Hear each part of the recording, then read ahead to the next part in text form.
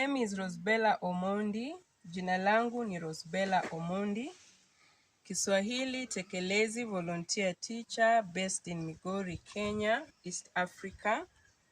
Ni mwalimu wa kujitolea wa Kiswahili tekelezi kutoka maeneo ya Migori nchini Kenya, Afrika Mashariki.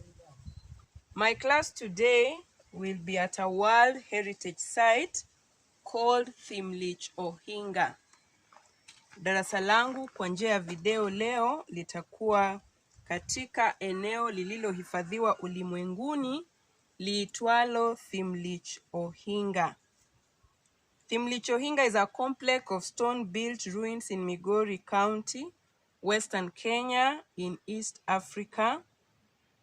Thimlich, Ohinga ni magofu yaliyojengwa kwa mawe katika kaunti ya Migori, magharibi mwa Kenya, Afrika Mashariki. Jina hilo Thimlich, Ohinga, the name Thimlich, Ohinga is derived from 3 Luo words. One is thim, which means forest. We have lich, which means frightening or scary. And Ohinga is something built by laying or heaping things together. In this case, we are talking of stones that were heaped together. Thimlich, Ohinga linatokana na maneno matatu kwa lugha ya Dholuo. Ya kwanza ni thim, ambayo inamaanisha msitu. Lich inamaanisha kinachoogofya, kinachofanya mtu kuogopa. Alafu Ohinga ni kile ambacho kimejengwa kutokana na vitu ambavyo vimepangwa moja juu ya nyingine. In essence, Thimlich, Ohinga means a frightening dense forest.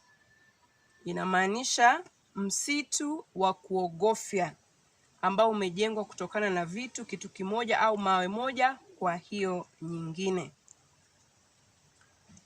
The presence or the structures that are here built from stones are believed to have been built around 500 years ago, and this was done for security reasons against wild animals and some bad groups of people.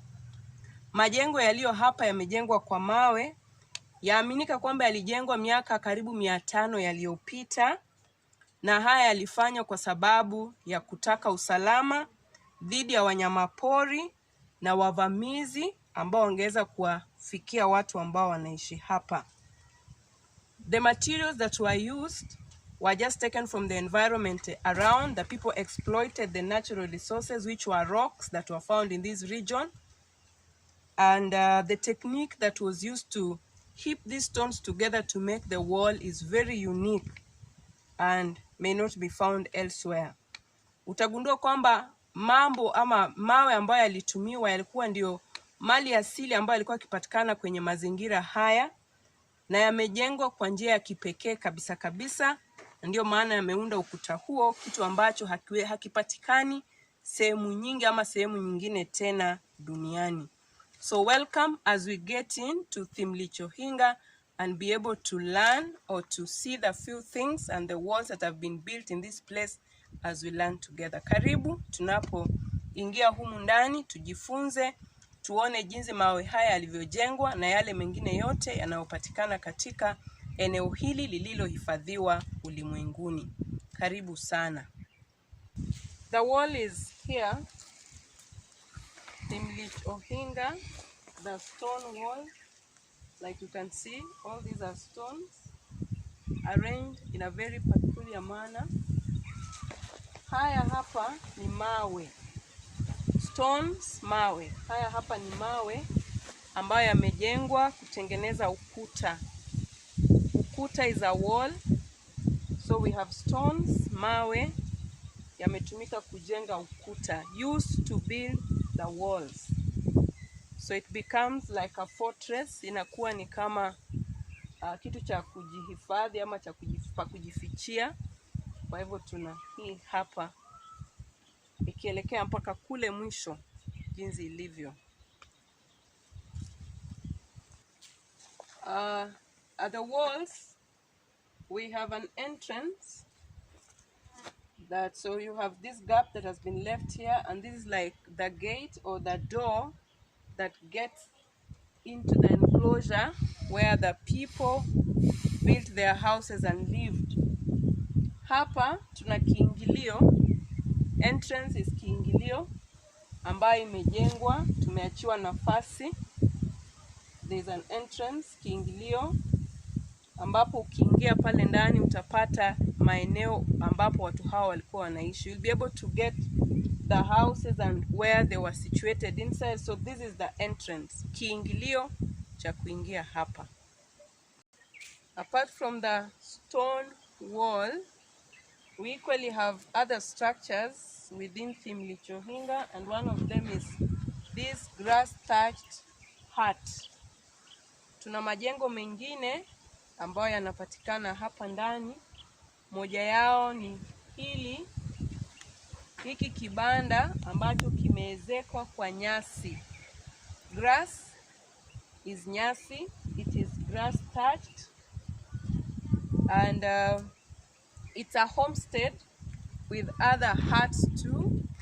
Ni mji ambao uko na vibanda vingine pia. Utagundua tuna vile vibanda viwili pale. Tuna ile pale ni zizi la ng'ombe. That's a cow pen. A cow pen surrounded or made up wall with stones. That's a cow pen. And right this other side we have the granary.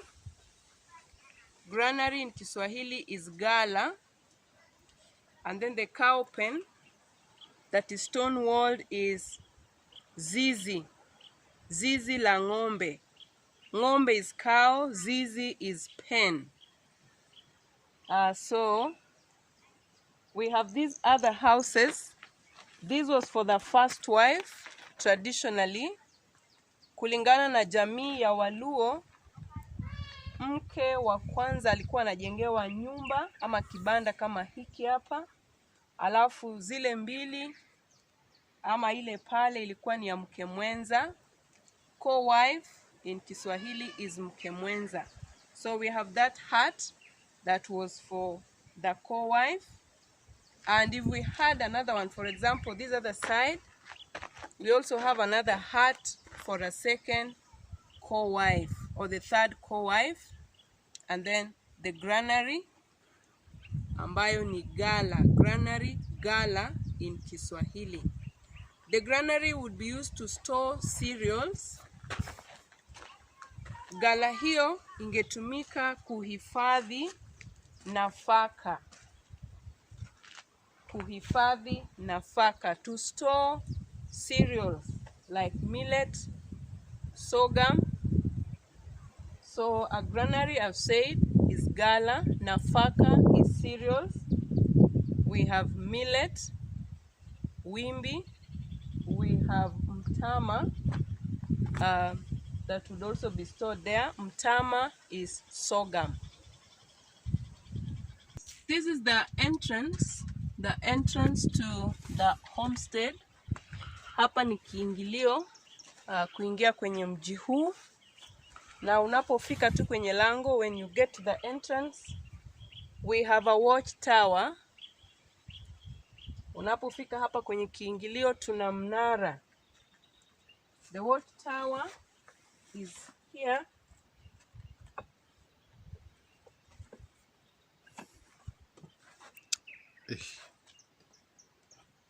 Watch tower ambayo ni mnara, and this place would be used to check out on any raiders. If there were people who would want to come and raid the homestead, then somebody would always be at the watchtower to check out for enemies who may want to get in. Kwenye mnara huu kungekuwa na mlinzi. Mlinzi is a watchman in Swahili. So mlinzi angesimama hapa ili kuangalia maadui. Adui is an enemy. So angeangalia maadui ambao wangependa kuingia kwenye mji to come and raid. The watchman would be here to look out for enemies who would want to come to the homestead and raid. So a homestead is mji, enemies is adui, and watchtower is mnara. Now where we are is a food preparation point. Tulipo hapa ni mahali pa kuandaa chakula. Down here we have this grinding stone, and this is a stone pestle. Utagundua kwamba hapa tuna hii mawe ya kusiaga, na huu unakuwa ni kama mchi ambao unatumiwa kusaga unga. The grinding stone was a traditional way of making flour. Ni njia ya kitamaduni au ya kiasili ya kuandaa unga. Kwa hivyo nafaka ingetiwa hapa, the cereal would be put here and then laid on this stone and would be ground using this stone pestle. Kwa hivyo nafaka ingetiwa hapo, iwe ni wimbi au mtama, finger millet or sorghum would be placed there and would be ground so that flour would be gotten out of it. You realize that the site here, Thimlich Ohinga, is a traditional and cultural site. Ni eneo ambalo ni la kitamaduni na vitu vya kiasili.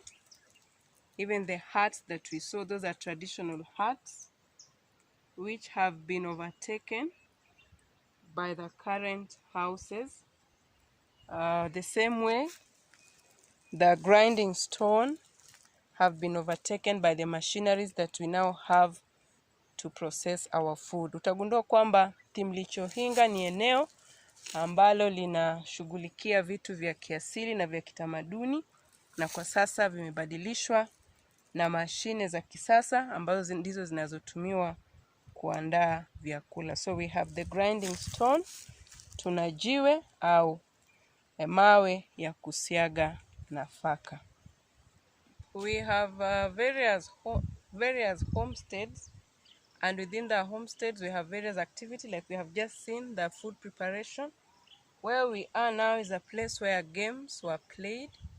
Utagundua kwamba tuna miji mingi humu ndani, na katika miji hii kuna mambo mbalimbali yaliokuwa yakitokea kama vile kuandaa vyakula pale. Vile vile tulikuwa na michezo. Games are michezo, and one of the game that these people played is called Mancala. Mancala or bao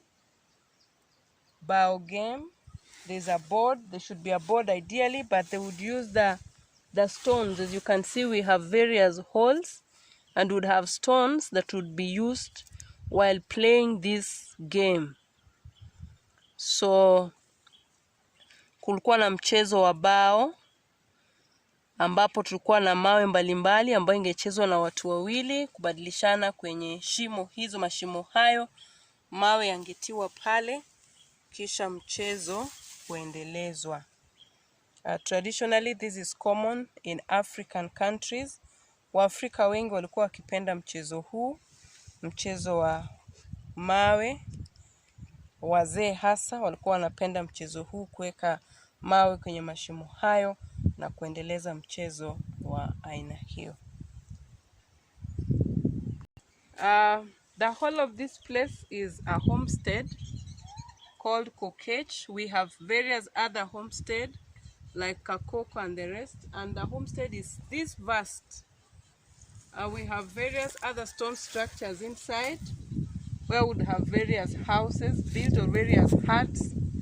I think you can see it's a whole vast place with structures inside, and this is just one homestead. We have several other homesteads within the Thimlich Ohinga site or heritage site, and so this is called Kokech. The entrance is where we go through, watchtower just at the entrance, and then the other enclosures within the homestead. utagundua kwamba hapa ndani ni mji mmoja tu. Tuna miji mingine mingi, na hiyo mawe ambayo imezunguka maeneo fulani fulani, vibanda vingine vingejengwa pale.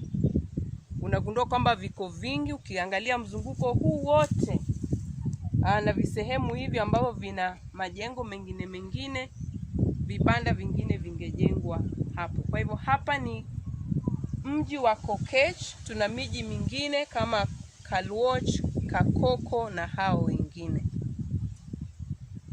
We are inside one of the huts and we have a few artifacts here. We have the pot here. Tumeingia ndani ya mojawapo ya vibanda ama nyumba hizi za kiasili. Tuna nyungu. These are drinking straws. Drinking straws are mrija in Kiswahili.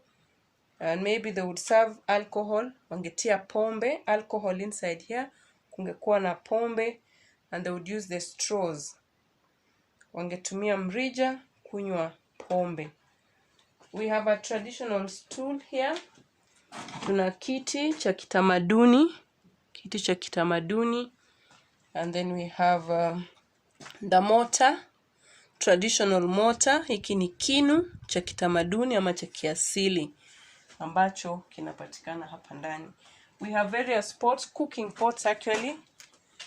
Tuna vyungu mbalimbali, hiki ni chungu. Tuna kingine pale. All these are pots that would be used to cook. Vyungu mbalimbali vya kupikia. Tuna chungu iko pale vimepangwa. We have this that would act like a shield. Ingekuwa ni ngao. Maybe when they went out for war, the shield would be here. Shield is ngao that would be used out in the war. War is vita. Wakati wa vita, they would use a shield. Kindly do the following assignment. We have come to the end of our lesson today. Tumefika mwisho wa kipindi chetu cha leo. Naomba mfanye kazi ifuatayo. 1. Name any 10 objects in Kiswahili. Taja majina ya vyombo vyovyote 10 kwa Kiswahili. And secondly, name any 10 objects in Kiswahili that we have learned today. Taja majina yoyote 10 ya vitu ambavyo tumejifunza kwa lugha ya Kiswahili leo. Secondly, you also say the names of these objects in English. Vyombo hivi ambavyo mmevitaja kwa Kiswahili utoe tafsiri yao kwa lugha ya Kiingereza. Any 10 objects or things that you have learned today from our lesson, translate or name them in English. Thank you so much. Asante sana. Lastly, give any 10 words in Kiswahili. Any 10 words in Kiswahili. Taja maneno yoyote 10. Maneno yoyote 10 uyatoe kwenye Kiswahili.